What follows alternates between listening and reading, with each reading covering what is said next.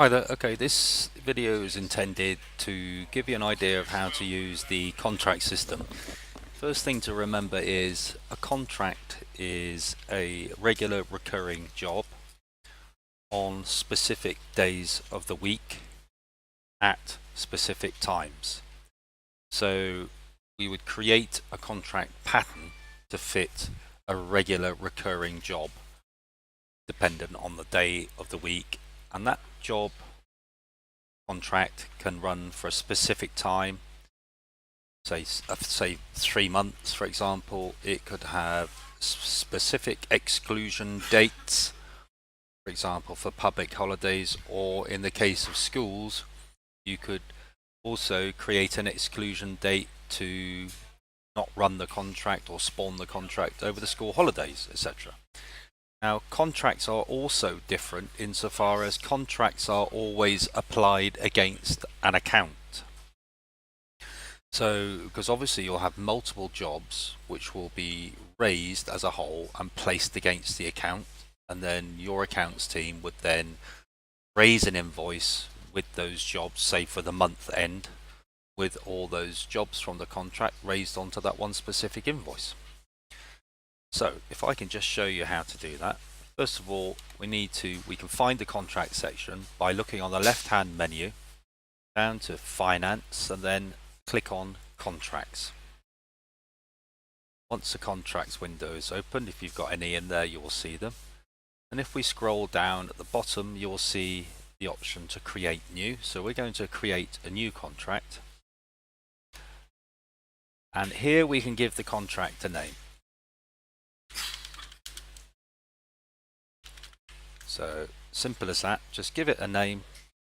This is for the contract as a whole and not necessarily for the pattern, so bear that in mind. So we'll call this test contract.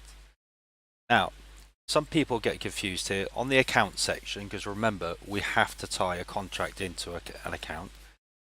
In the find account field here, if I just zoom in for you,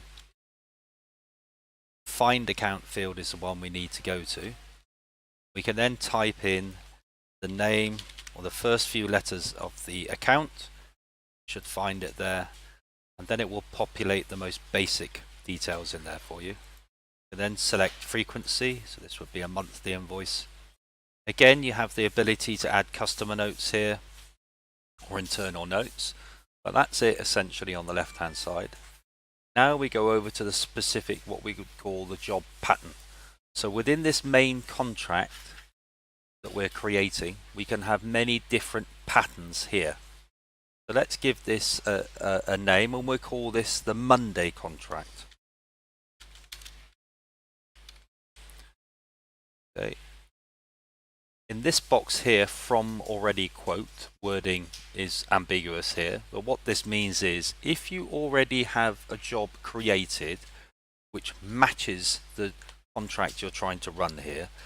So on this particular Monday, if I've entered this Monday job in manually into the system previously, if I type in the quote number there, it will pull up that quote and use that as a template for this contract. So that can save you a bit of time.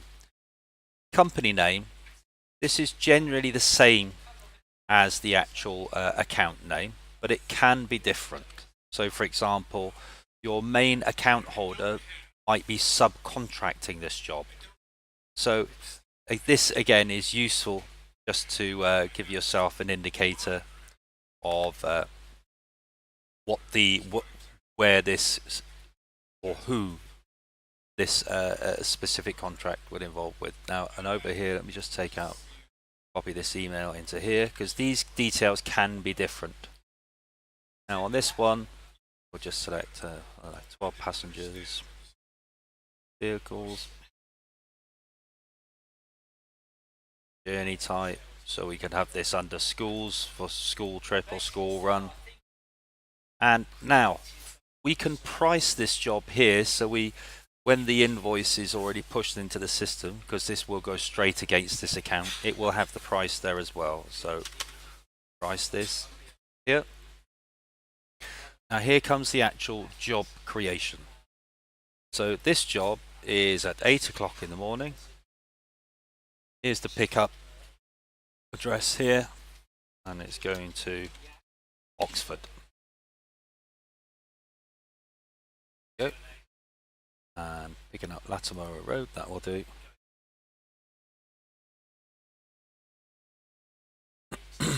Okay, and that's pretty much it for the journey. Just the same as you would enter in a journey for a pickup and destination address. You can have multiple movements within a journey, and you can have multiple journeys. So you could have an outward going and a return element as well. We'll just keep it simple for this one. Now, just to the left-hand side here, we have the run dates for this specific contract.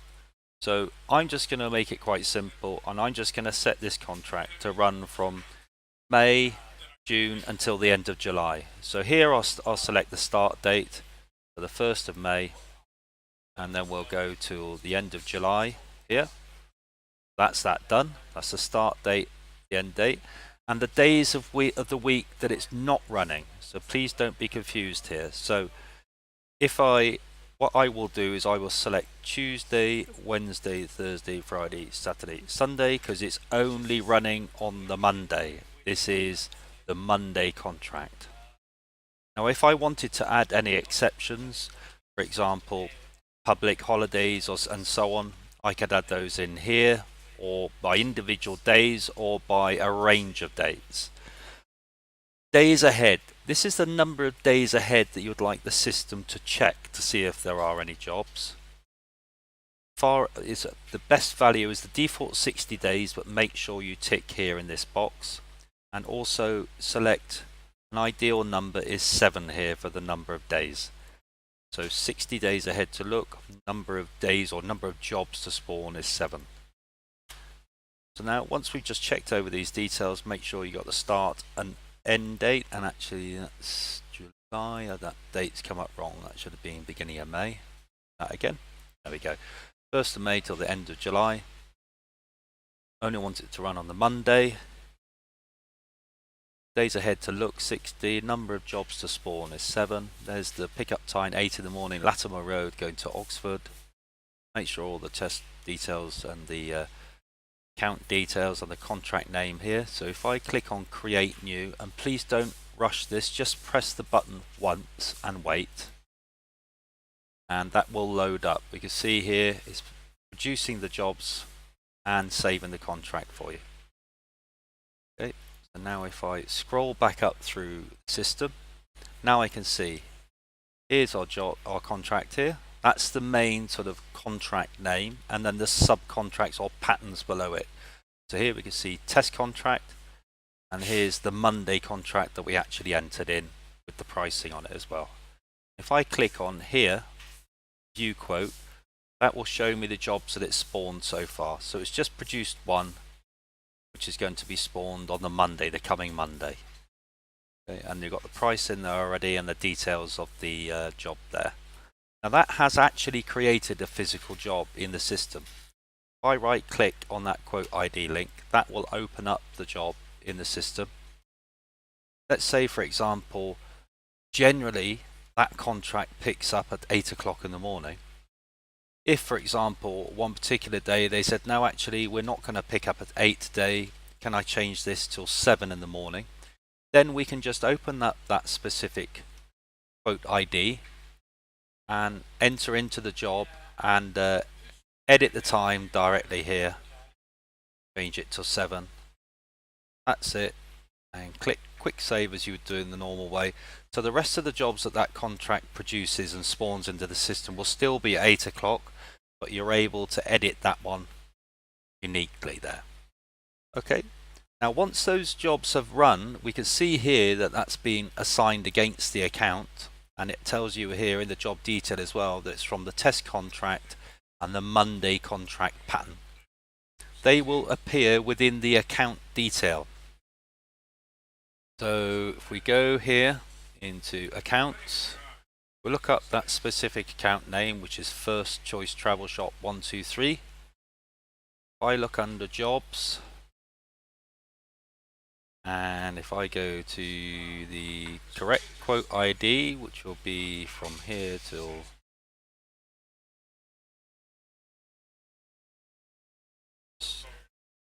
Here it is. Here's the one that we just produced. So that's sitting in here ready to have an invoice raised. So you may well wait till the end of the month so you can produce a whole month's contracts in one go. Okay, so it's sat there waiting, but we haven't actually raised an invoice. As you can see here, inside the account view here, under jobs, you can see that this default view is jobs pending invoice.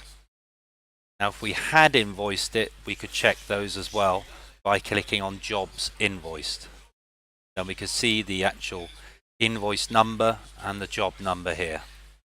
Okay, any more questions or anything, feel free to send me an email, paulrogers@vuvagroup.com, or submit a support ticket. Thank you.